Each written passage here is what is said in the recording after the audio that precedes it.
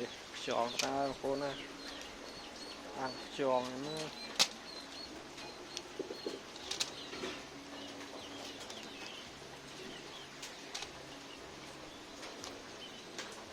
អានេះគេហៅខ្យងភ្នំណាមិនមែនខ្យងទៀនទេខ្យងឆ្ងាញ់គួរសមបងប្អូនយើងដាក់អាំងមកអានេះបើយើងដាក់អាំងប្រឡាក់